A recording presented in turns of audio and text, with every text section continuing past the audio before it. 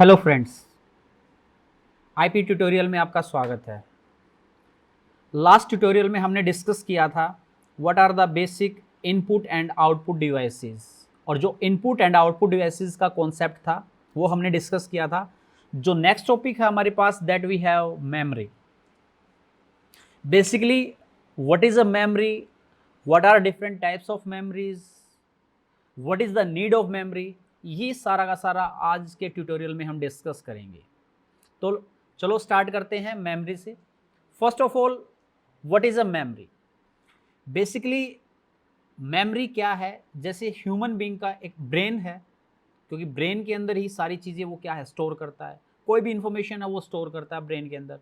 कोई भी इंसिडेंट होता है, कोई भी लाइफ एक्सपीरियंस है, सारा का सारा कुछ भी याद करता है, वो सारी की सारी जो लर्निंग है वो मेमोरी, जो ह्यूमन ब्रेन है उसके अंदर स्टोर रहता है। इसी तरह कंप्यूटर के अंदर भी क्या है, कोई भी इंफॉर्मेशंस को या डेटा को स्टोर करने के लिए हमें मेमोरी की रिक्वायरमेंट है, जिसको हम कहते हैं स्टोरेज की रिक्वायरमेंट हमें। बेसिकली हमारे पास जो मेमोरी है, मेमोरी जो कंप्यूटर सिस्टम के अंदर हम यूज़ करते हैं वो डेटा को स्टोर करेगा, और जो भी इंस्ट्रक्शंस हम कंप्यूटर को देते हैं, क्योंकि हमने इनपुट डिवाइसेस के अंदर बात करी थी कि इनपुट डिवाइसेस के थ्रू हम सिर्फ डेटा को एंटर करते हैं, या कंप्यूटर सिस्टम को हम इंस्ट्रक्शंस देते हैं इनपुट डिवाइसेस के थ्रू। लेकिन इंस्ट्रक्शंस देने के बाद वो डेटा प्रोसेसिंग के लिए कहीं ना कहीं हमें स्टोर करवाना पड़ेगा, या जो भी हमारे पास इंस्ट्रक्शंस हैं वो हमें कहीं ना कहीं स्टोर करवानी पड़ेंगी। जो हमारे पास कंप्यूटर मेमोरी है बेसिकली वो डिवाइडेड होती है लार्ज नंबर ऑफ सेल्स। छोटे छोटे पार्ट्स होते हैं जिनको हम क्या बोलते हैं, सेल्स बोलते हैं। और जो हर लोकेशन है किसी भी सेल की, हर सेल के एक यूनिक एड्रेस होता है, और वो वेरी करता है 0 टू मेमोरी साइज -1। कैसे? सपोज साइज जो है वो n है, क्योंकि जो एड्रेस है वो 0 से स्टार्ट होता है। सपोज n की वैल्यू 10 है तो वो 0 से 9 रहेगा, क्योंकि 10 वैल्यूज आ जाएंगी, क्योंकि 0 से स्टार्ट हो रहा है। इसलिए जो भी एड्रेस होगा किसी भी लोकेशन का वो 0 साइज -1, 0 से स्टार्ट होगा, और मैक्सिमम साइज क्या रहेगा, जो साइज है -1। सपोज एग्जाम्पल के लिए देखते हैं हम। एग्जाम्पल के लिए सपोज किसी भी कंप्यूटर सिस्टम के पास 64K वर्ड्स हैं, उसका जो साइज है वो है 64K वर्ड्स। तो मेमोरी यूनिट उसको हम कैसे कैलकुलेट करेंगे, उसकी मेमोरी लोकेशंस कैसे कैलकुलेट करेंगे, दैट इज 64 इंटू 1024। अब आपको पता है जो बाइनरी लैंग्वेज है, कंप्यूटर लैंग्वेज है, वहाँ पर हम बिट बाइट यूज़ करते हैं, जो यूनिट्स ऑफ मेमोरी रहती है। And 1 KB, 1 kilobyte is equal to 1024 bytes.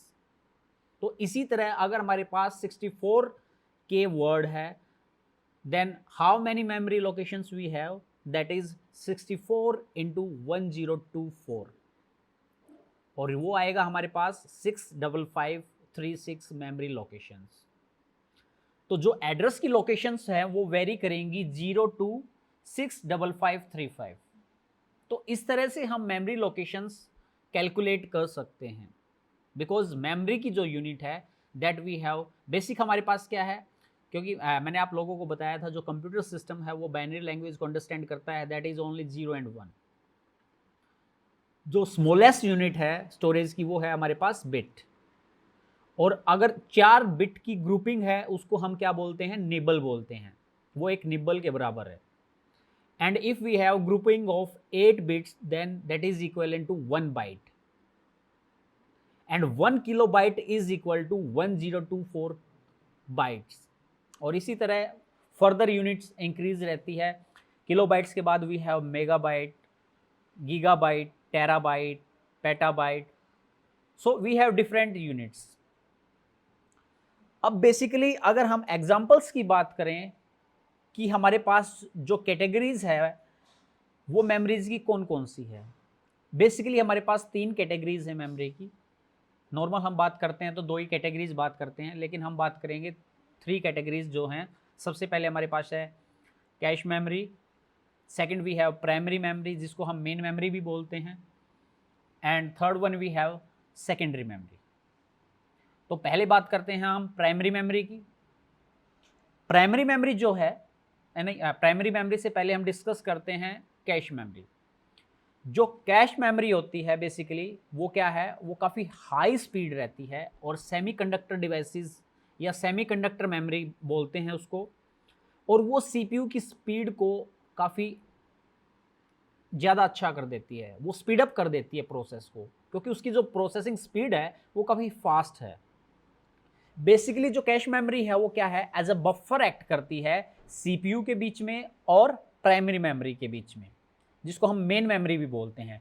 Main memory और सीपीयू के बीच में जो हमारे पास कैश मेमोरी है वो एज अ बफर एक्ट करती है।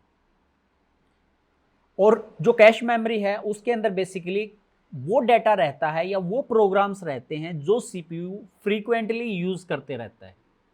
मीन्स सपोज कोई प्रोसेसिंग चल रही है किसी प्रोग्राम की, या कोई इंस्ट्रक्शंस प्रोसेस हो रही हैं और कोई ऐसा डाटा है जिसकी बार बार रिक्वायरमेंट्स रहती है, तो ऐसी वैल्यूज हमारे पास कहाँ पे है, हमारे पास कैश मेमोरी के अंदर रहती है।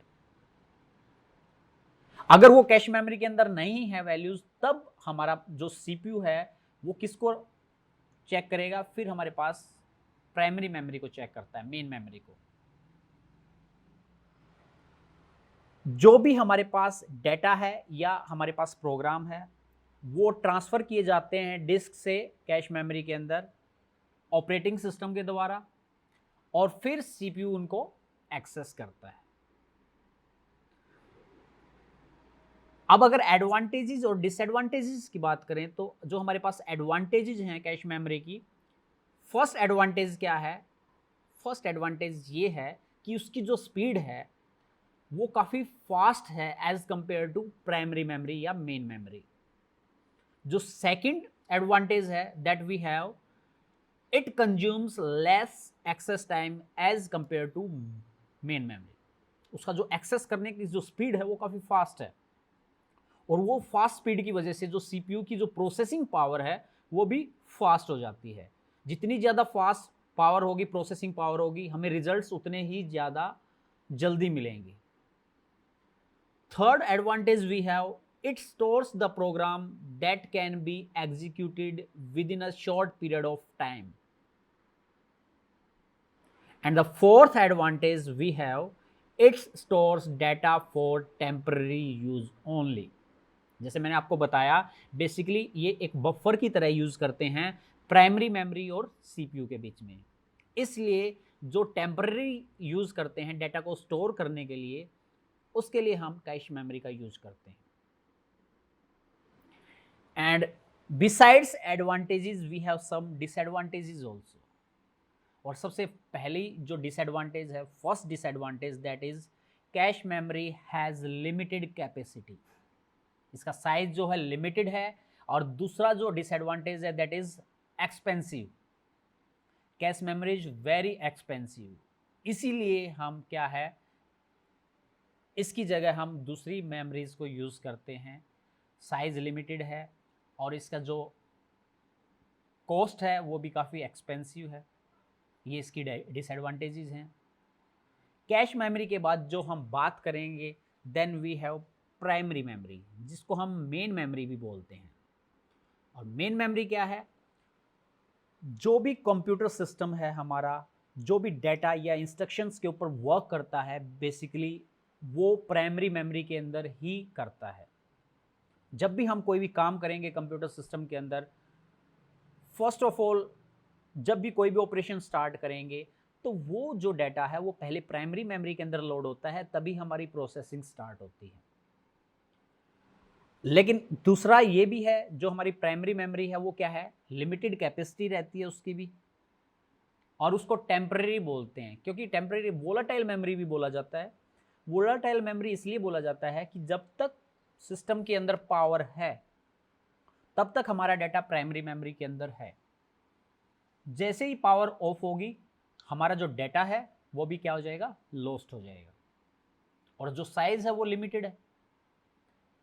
और जो बेसिकली जो हमारे पास जो प्राइमरी मेमोरी है that is made up of semiconductor devices, but these primary memories are not as fast as registers जो CPU यूज करता है। बेसिकली जो सीपीयू है वो रजिस्टर्स को यूज़ करता है, और रजिस्टर्स के कंपैरिजन में जो प्राइमरी मेमोरी हमारी ये इतनी फास्ट नहीं होती है। जो भी डाटा है या जो इंस्ट्रक्शंस हैं जो हमें रिक्वायरमेंट है प्रोसेसिंग के लिए, वो सारा का सारा कहाँ पे रहेगा? मेन मेमोरी के अंदर रहेगा। एंड प्राइमरी मेमोरी और main memory is divided into two subcategories. First one that is RAM, stands for random access memory. Second one we have ROM, read only memory. Then we will discuss the characteristics and or we can say that what are the different features of a main memory. First feature that is जो हमारी primary memory है उसको हम main memory भी बोलते हैं। ये उसका एक कैरेक्टरिस्टिक्स है, क्योंकि उसको वही प्राइमरी मेमोरी है, वही हमारी मेन मेमोरी है। सेकंड जो कैरेक्टरिस्टिक्स है that is usually volatile memory. Volatile memory इसलिए बोला जाता है क्योंकि वो टेम्परेरी है, जो जब तक पावर है सिस्टम के अंदर डाटा है, अगर पावर ऑफ है तो डाटा अपने आप इरेज हो जाता है। Then next characteristics we have that is the working memory of a computer. क्योंकि अगर हमारे पास प्राइमरी मेमोरी नहीं है, मेन मेमोरी नहीं है, तो computer can not run. Computer कोई भी ऑपरेशंस परफॉर्म नहीं कर सकता, कंप्यूटर प्रोसेसिंग नहीं कर सकता, because that is the basic for processing. That's why it is known as a working memory of a computer. Then next characteristics we have it is faster than secondary storage. जो हमारे पास secondary memories होती हैं उसके comparison में ये faster है। And a computer can not run without primary memory. फिर इसके अलावा हमारे पास नेक्स्ट जो कॉन्सेप्ट आता है वो आता है हमारे पास सेकेंडरी मेमोरी, जिसको हम सेकेंडरी स्टोरेज भी बोलते हैं। एंड सेकेंडरी स्टोरेज जिसको हम एक्सटर्नल मेमोरीज भी बोल देते हैं कई बार, और वो जो एक्सटर्नल मेमोरीज हैं वो नॉन वोलाटाइल होती है। नॉन वोलाटाइल मीन्स अगर आपके सिस्टम में पावर नहीं है, कुछ प्रॉब्लम आ जाती है या सिस्टम को आप ऑफ कर देते हो, तब भी आपका डाटा स्टोर रहता है। और जब भी आपको डाटा लॉन्ग टर्म के लिए यूज करना है, स्टोर करना है, then we have to use secondary storage और एक्सटर्नल स्टोरेज। लेकिन अगर कैरेक्टरिस्टिक्स की बात करें तो वही कंपैरिजन आ जाता है जो हमने कैश मेमोरी के अंदर, प्राइमरी मेमोरी के अंदर किया। जो सेकेंडरी स्टोरेज है वो स्लो है as compare to other memories. Basically these are used for storing data and informations permanently, and a CPU, central processing unit, cannot access these memories directly. जो भी हमारा CPU है वो डायरेक्टली सेकेंडरी स्टोरेज को access नहीं कर सकता। वो कैसे एक्सेस करता है? That is access via input output functions. जो हमारे इनपुट और आउटपुट रूटीन्स होते हैं उसकी हेल्प से ही CPU सेकेंडरी स्टोरेज को एक्सेस कर सकता है, अदरवाइज नहीं कर सकता। बेसिकली जो भी हमारे पास कंटेंट होते हैं सेकेंडरी स्टोरेज के अंदर, सेकेंडरी स्टोरेज मेमोरी के अंदर, वो पहले ट्रांसफर किए जाते हैं मेन मेमोरी के अंदर, और उसके बाद CPU उनको एक्सेस करता है, या वो उसके बाद उसकी प्रोसेसिंग स्टार्ट होती है। सपोज हमारे पास कोई भी डॉक्यूमेंट है या कोई भी सॉफ्टवेयर है या कोई भी कुछ फाइल है, अगर हमें उसको ओपन करना है या उसके अंदर कुछ काम करना है, अगर हमारे वो पास वो सेकेंडरी स्टोरेज डिवाइस के अंदर है, जब भी हम उसको ओपन करेंगे तो वो पहले मेन मेमोरी के अंदर या प्राइमरी मेमोरी के अंदर लोड होगा और उसके बाद प्रोसेसिंग स्टार्ट होगी। जब फाइनल प्रोसेसिंग हो जाती है तो फ्यूचर रेफरेंस के लिए हम उसको दोबारा उसकी लोकेशन पे सेव कर देते हैं। और एग्जाम्पल के लिए अगर सेकेंडरी स्टोरेज के एग्जाम्पल्स देखने हैं, then we have CD, DVD, flash drives, external hard disk. तो बहुत सारे ऑप्शंस और भी हैं हमारे पास जो हम as a secondary storage devices use कर सकते हैं। अब इन एक ओवरव्यू देखते हैं कि क्या क्या कैरेक्टरिस्टिक्स हैं। बेसिकली जो सेकेंडरी स्टोरेज डिवाइसेस हैं उनको हम मैग्नेटिक एंड ऑप्टिकल मेमोरीज भी बोलते हैं। Second characteristics we have they are also known as backup memories.